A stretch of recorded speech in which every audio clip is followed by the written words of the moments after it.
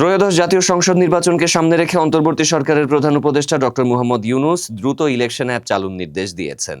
নতুন এই ডিজিটাল প্ল্যাটফর্মটি ভোটারদের জন্য ব্যবহারে সহজ ও সুবিধাজনক করতে সংশ্লিষ্ট কর্মকর্তাদের বিশেষ গুরুত্ব দিতে নির্দেশ দিয়েছেন তিনি। শনিবার রাজধানীর রাষ্ট্রীয় অতিথি ভবন যমুনায় অনুষ্ঠিত এক উচ্চ পর্যায়ের বৈঠকে প্রধান উপদেষ্টা এই নির্দেশনা প্রদান করেন। রোববার 10ই আগস্ট প্রধান উপদেষ্টার উপপ্রেস সচিব আবুল কালাম আজাদ মজুমদার এই তথ্য নিশ্চিত করেন। বৈঠকে প্রধান উপদেষ্টা টেলিযোগাযোগ ও তথ্য প্রযুক্তি বিষয়ক বিশেষ সহকারী ফায়েজ তাইয়েব আহমেদ আসন্ন নির্বাচনের জন্য ইলেকশন অ্যাপ চালুর পরিকল্পনা উপস্থাপন করেন।